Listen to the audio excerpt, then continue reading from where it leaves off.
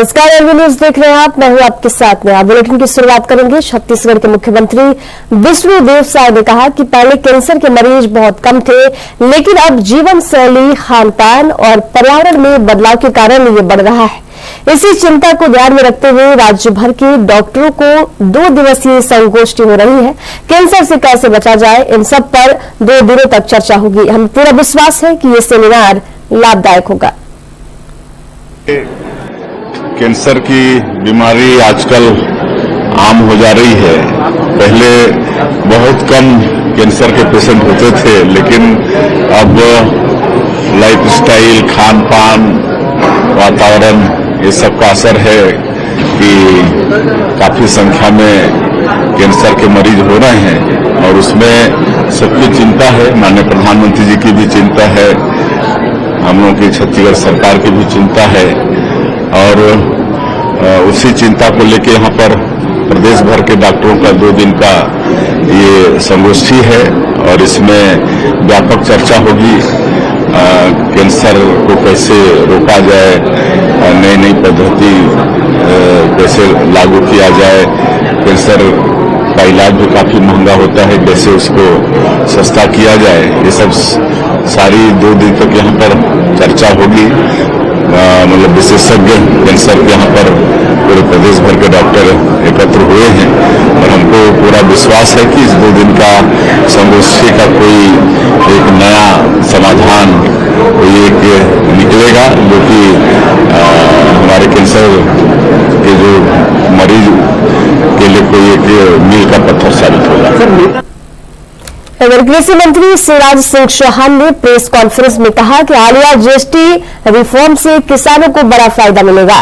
उन्होंने बताया कि कृषि से जुड़े उपकरणों और सामग्री पर टैक्स में राहत दी गई है, जिससे खेती की लागत घटेगी और किसानों की आय में बढ़ोतरी होगी। चौहान ने इसे किसान हितैषी कदम बताते हुए केंद्र सरकार का भी आभार जताया है। प्रधानमंत्री जी के प्रयत्न है आम आदमी की जिंदगी में कठिनाइयां ना रहे। लाल किले की प्राचीर से उन्होंने देश को यह कहा था कि जीएसटी का नेक्स्ट जनरेशन रिफॉर्म लाए जाएंगे और वो रिफॉर्म्स जनता को बड़ी राहत लेके आएंगे। एक किसान के नाते और कृषि मंत्री के नाते मैं प्रधानमंत्री श्रीमान नरेंद्र मोदी जी को धन्यवाद देता हूं, आभार प्रकट करता हूं। हमारा संकल्प है खेती में उत्पादन की लागत घटाना और उत्पादन बढ़ाना। उत्पादन बढ़ेगा और लागत घटेगी तो किसान का खेती में प्रॉफिट बढ़ेगा और जीएसटी में जो सुधार किए गए हैं उनको अगर देखेंगे तो उनका बड़ा लाभ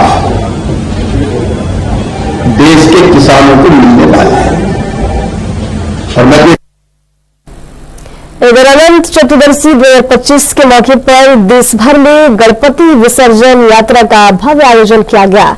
इसी कड़ी में केंद्रीय मंत्री शिवराज सिंह चौहान ने भी अपने परिवार के साथ गणेश प्रतिमा का विसर्जन किया। पारंपरिक ढोल नगाड़ों और भक्तिमय वातावरण के बीच चौहान परिवार ने भगवान गणेश से आशीर्वाद लेकर यात्रा निकाली। यात्रा में भारी संख्या में श्रद्धालु शामिल हुए और गणपति बप्पा मोरया के जयकारों से पूरा माहौल गूंज उठा। श्रद्धालुओं ने हर्षोल्लास के साथ बप्पा को विदा किया।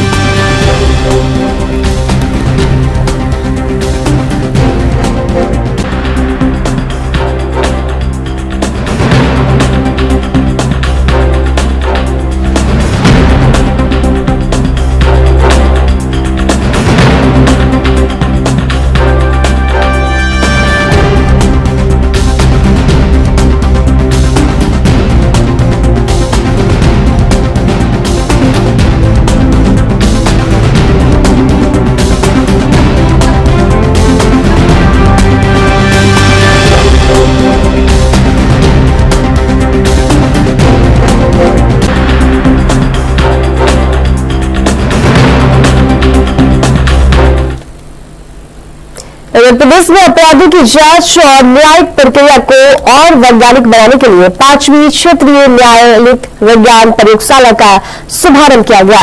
ये पहल मुख्यमंत्री विष्णुदेव साय और उप मुख्यमंत्री गृह मंत्री विजय शर्मा के नेतृत्व में की गई। प्रयोगशाला अपराध साक्ष्यों के वैज्ञानिक परीक्षण के साथ हत्या, डकैती, बलात्कार, साइबर और आर्थिक अपराध जैसे मामलों में न्यायिक प्रक्रिया को तेज और पारदर्शी बनाएगी। कबीरधाम में इस प्रयोगशाला के खुलने से बेमेतरा, खैरागढ़, छुई खादान, मरई और मुंगेली जिले भी लाभान्वित होंगे। पुलिस, आबकारी, वन विभाग, एसीबी और केंद्रीय एजेंसियों के मामले भी अब राज्य की प्रयोगशालाओं में परीक्षण कराए जा सकेंगे।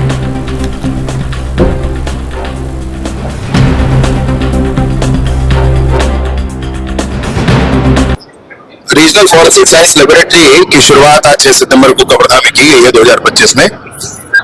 कवर्धा, बेमेतरा, मुंगेली, खैरागढ़ इन सभी जिलों के सारे ही प्रकरणों के जिसमें फॉरेंसिक साइंस की आवश्यकता है उसकी जांच यहाँ हो पाएगी। ये नया लैब है, कोई क्यू है नहीं, रिस्पांस टाइम हम कम रखेंगे, इसकी पूरी कोशिश करेंगे और इस तरीके से हमारे कोर्ट में कन्विक्शन रेट बढ़ जाएगा। हम ये मानते हैं कि कोर्ट में तर्कों के बादल से आगे बढ़कर प्रमाण के कठोर धरातल पर, प्रमाण के ठोस धरातल पर काम करने के लिए फॉरेंसिक साइंस लेबोरेटरीज की आवश्यकता है। हमारे क्षेत्र में बहुत आवश्यकता थी, आज ये प्रारंभ हुआ है। मैं माननीय मुख्यमंत्री विष्णुदेव साय जी का हृदय से अभिनंदन करता हूँ। ऐसा होता है कि संस्थान तो खोल दिए जाते हैं, बाकी संसाधन और कर्मचारियों की कमी, इसके लिए क्या व्यवस्था की? प्रारंभिक तौर पर जो भी स्थितियां धीरे धीरे बातें आगे बढ़ती हैं। पहले तो संस्थान खुलने के बाद संसाधन आए, अधिकारी आए और बात धीरे धीरे आगे बढ़े। इस बात के लिए अभी लेकिन यहाँ पर यह है कि हमारे पास संसाधन भी आ गए हैं और अधिकारी भी आ गए। मध्य प्रदेश के खंडवा में ईद के मौके पर तैयारियों को लेकर प्रशासन पूरी तरह से तैयार नजर आया। वैसे में सीएसपी अभिनव बारिगे ने बताया कि ईद के जुलूस के संबंध में हिंदू समुदाय के सदस्य कुछ जानकारी देने आए थे, जिसकी वर्तमान में पुष्टि की जा रही है। आज जो ईद का जुलूस था उस संबंध में एक ज्ञापन देने हिंदू समाज के लोग अभी थाना कोतवाली पर एकत्रित हुए थे, जिसमें उनके द्वारा कुछ तथ्य दिए गए हैं जिसकी जांच की जा रही है और जांच के बाद इसमें जो भी वैधानिक कार्रवाई रहेगी, यदि कोई वैधानिक कार्रवाई हो सकती है तो उस पर विचार किया जाएगा और प्रकरण पंजीबद्ध किया जाएगा। अभी फिलहाल जो है वो ज्ञापन दिया गया है, ज्ञापन में जो तथ्य है उनको देखा जाएगा। पहली बार प्रदेश स्तरीय स्वदेशी मेला 1 से 8 अक्टूबर तक लालबाग मैदान में आयोजित किया जाएगा। इस मेले में स्थानीय कुटीर उद्योग, स्व सहायता समूह और उद्यमी अपने उत्पाद और कला प्रदर्शित करेंगे। भाजपा प्रदेश अध्यक्ष और जगदलपुर विधायक किरणदेव सिंह और महापौर संजय पांडे ने विधि विधान से भूमि पूजन कर मेले की शुरुआत की है। किरणदेव ने कहा कि पीएम मोदी के वोकल फॉर लोकल के आह्वान को आगे बढ़ाना हमारा उद्देश्य है। महापौर संजय पांडे ने इसे स्थानीय युवाओं और उद्यमियों के लिए रोजगार के नए अवसर उपलब्ध कराने वाला बताया। मेले में 22 से अधिक राज्यों के उद्यमियों के स्टॉल लगाए जाएंगे, जिससे लालबाग मैदान एक सप्ताह तक स्वदेशी उत्पादों का बड़ा केंद्र बनेगा।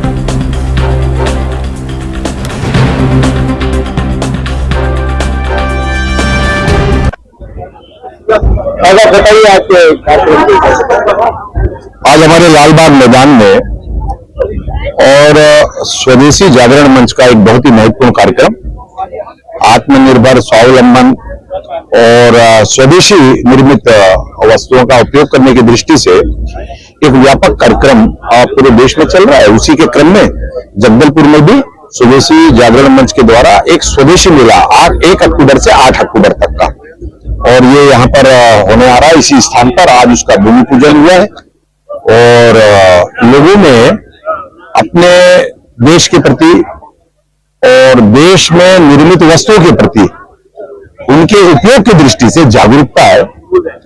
लोग स्वदेशी अपनाएं।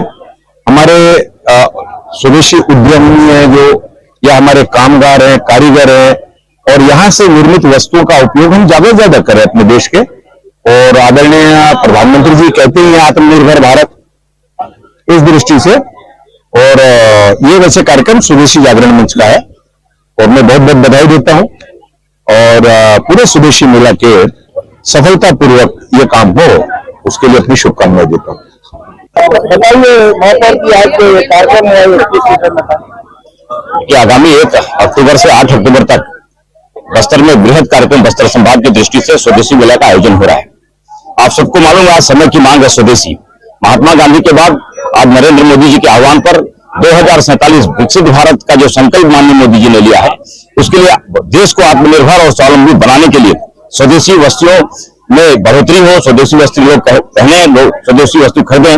स्टार्टअप हमारे जो युवा लोग हैं स्टार्टअप है नयाचार कर रहे हैं, उनको आगे बढ़ाने के लिए जो हमारे खेत के किसान हैं उनके पसीने की जो कमाई है, जो उनके उत्पाद है, उसको शहर तक पहुंचाने के लिए, उनका उचित दाम दिलाने के लिए, हमारी संस्कृति और हमारे संस्कार की रक्षा के लिए भी इस स्वदेशी मेला का आयोजन किया गया है।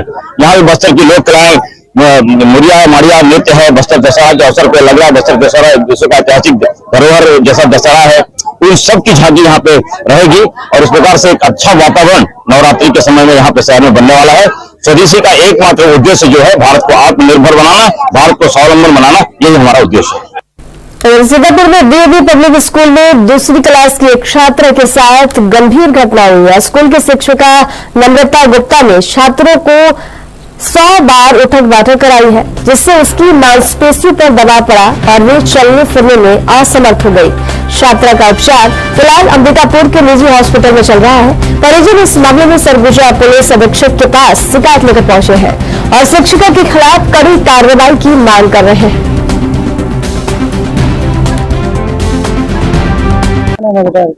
समृद्धि गुप्ता घुटनों के नीचे चोट लगा है। नम्रता ने 100 बार उठक बैठक करवाई है। क्यों क्या गलती कर दी? मैं तो बस टॉयलेट जा रही थी और मेरे सामने खड़ा होकर मोबाइल चला रही थी। तो वही ना चल एक्टिंग मत कर, चल क्लास में। तो फिर 2 डंडा मारी और फिर बोली ना चल उठक बैठक कर, और फिर डंडे को ऐसे ऐसे ठोकने लगी और बोली कि अगर रुक गई ना तो मेरे से पूरा कोई नहीं होगा। मेरा नाम अनुराग कुमार गुप्ता है। मैं ग्राम गुपुरमा तहसील सीतापुर का रहने वाला हूँ।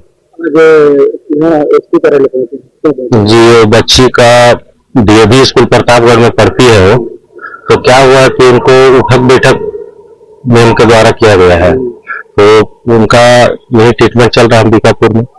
बाकी क्या है कि उनका खड़ा नहीं हो पा रही है, दर्द से तड़प रही है।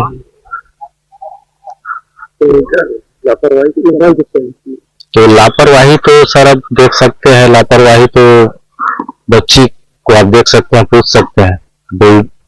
कोई माइनर और के द्वारा इस तरह तो नहीं किया जाता है। शिक्षक का नाम था नम्रता। क्या चाहते हैं? यहाँ चाहते हैं ये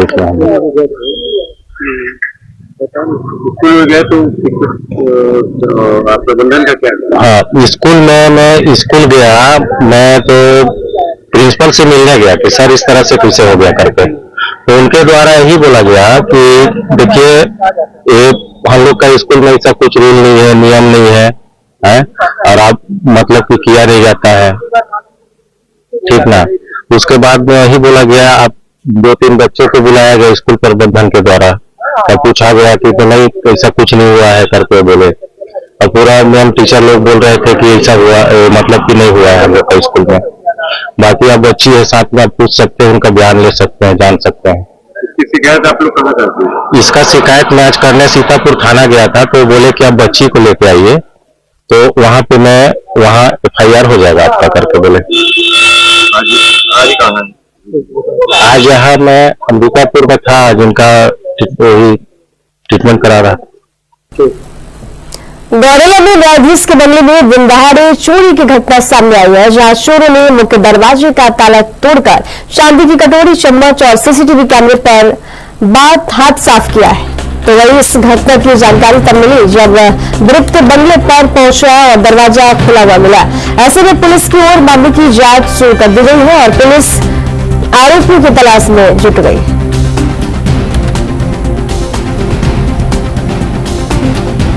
तारीख को दोपहर 11 बजे से 2 बजे के मध्य में अज्ञात व्यक्ति द्वारा चोरी की गई थी, जिसके संबंध में आपात पंजीबद्ध किया गया है। साइबर टीम द्वारा टालाटन को घटनास्थल से लिया गया है और अन्य जगहों से भी प्राप्त किया गया है। साथ ही उस रूट में जितने भी से फुटेज है उसकी जांच की जा रही है और मैडम द्वारा एक अज्ञात आरोपी की स्क्रीनशॉट शेयर किया गया है, जिसके संबंध में अज्ञात आरोपी की पतासाजी की जा रही है।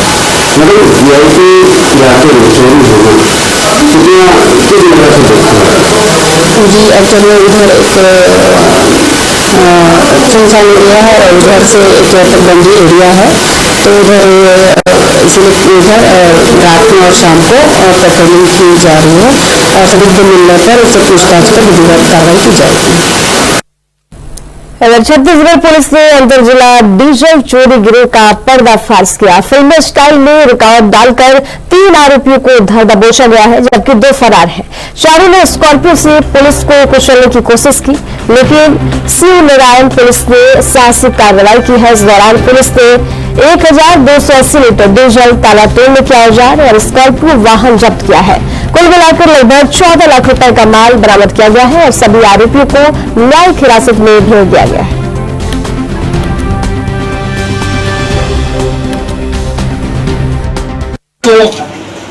डीजल चोरी करने वाले गिरोह के सदस्यों को गिरफ्तारी करने में महत्वपूर्ण भूमिका गिरफ्तारी की गई है।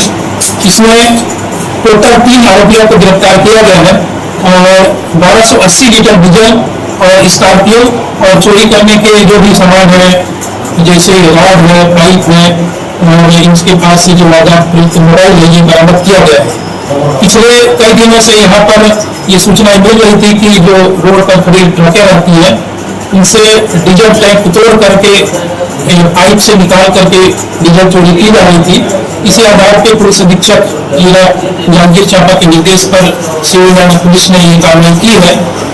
इनके पास से जो पहले एक विजय कुमार साहू नाम का जो खरीदार है, डीजल चोरी खरीदने ये इनकी भूमिका रहती थी, इसको गिरफ्तार किया गया। इसके बाद से 2 अन्य आरोपी, इनका नाम है दिनेश कुमार फुले और अनु सांडे, इनको भी गिरफ्तार किया गया है और इनके पास से ये टोटल 1280 लीटर डीजल